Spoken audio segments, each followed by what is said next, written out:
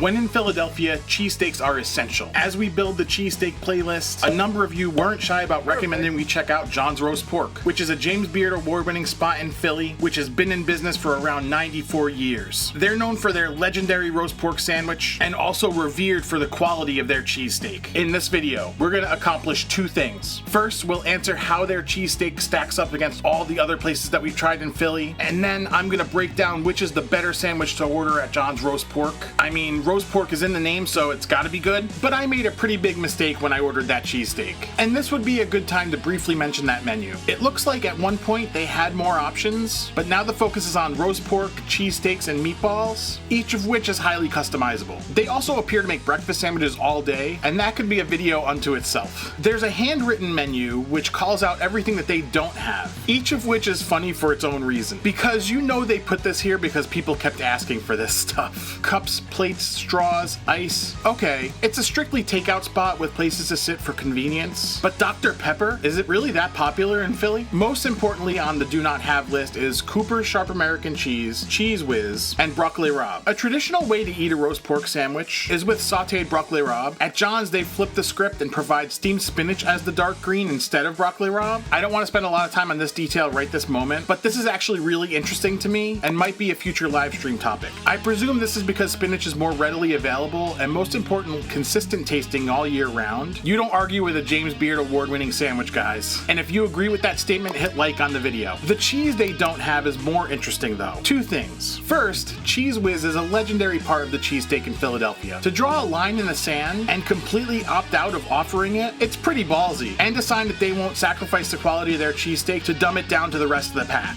You gotta respect that. And strictly calling out not having Cooper's Sharp American Cheese is a good sign that they take their own traditions very seriously. I've noticed a growing trend on YouTube of people actually requesting this cheese on their sandwiches, and I'm not gonna argue that it isn't great. It's probably my favorite American cheese, but there's something about standard deli American cheese that's just perfect for a cheesesteak. You don't mess with the classic, and good on them for taking on the hipsters. Herein lies the mistake that I made when ordering. I got us a large Roast Pork Italiano Sandwich, which comes with spinach and imported sharp provolone. But for some reason, I decided to do the cheesesteak with the same cheese. Given the option of American, mild provolone, and imported sharp provolone, anything but imported sharp provolone would be the right move. I totally admit my mistake, and you can roast me in the comments if you really need to. Let's break this sandwich down. First things first, it's sloppy, just the way it needs to be. Also, it's packed. According to their menu online, they add 12 ounces of beef to this sandwich, and it shows. As I was pulling it apart to show it off, I noticed how the amazing sesame-seeded bread soaked up all of the juice from the steak, and also held on to the sauteed onions really well. And even though it was the wrong cheese, with a couple minutes wrapped up, it got melty enough to be nice and molten on the sandwich. Beefy, rich, chewy in a good way, all perfect attributes to a Philly cheesesteak.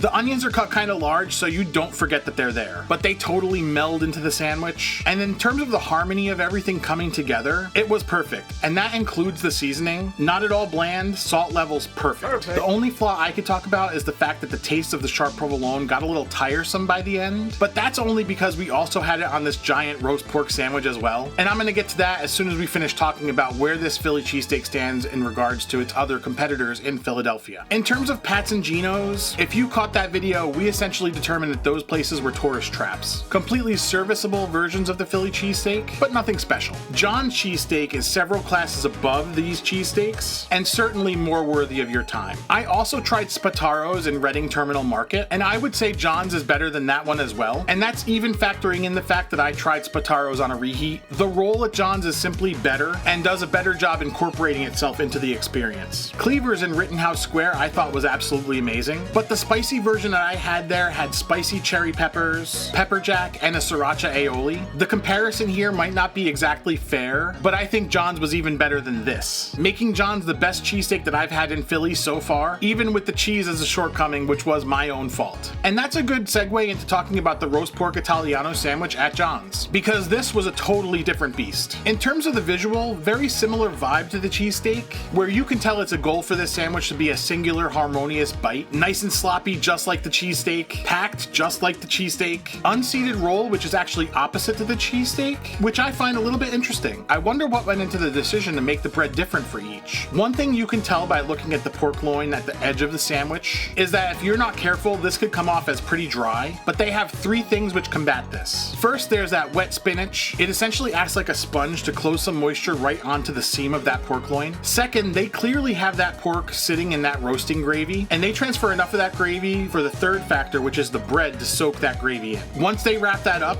it melts together and there are no dry bites. There's something about that nice roast pork with that amazing gravy, which is just rich and unctuous. And they also do a really good job with the seasoning here. I guess you don't get recognized as one of the best sandwiches in America by just slouching around. Spinach here is a really good choice because it brings a really neutral flavor to the sandwich. Even though I did detect a little bit of garlic in there, I feel like broccoli rabe would be way too bitter for this sandwich, but I would be interested to try it. The imported sharp provolone is definitely more fitting in this sandwich. The pork is more neutral than the beef, and the cheese plays off against the pork a little bit better than it does with the beef. This sandwich is absolutely phenomenal. And now we have to get to the final decision. Is it the cheesesteak at John's which is better, or the roast pork Italiano? But I gotta catch you up on the sides. We got crinkle fries and onion rings to have with this super heavy meal. I don't have a lot to say about these except that they were the quintessential versions that you'd want to find at a stand like this. Nice little snackies. So without any further ado, there is a clear winner at John's, and it's definitely the roast pork. Obviously, I love the cheesesteak too, and I would argue that you can't go wrong at John's. Subscribe to elevate your eats, and make sure you catch up on our cheesesteak breakdowns clicking into the playlist right here.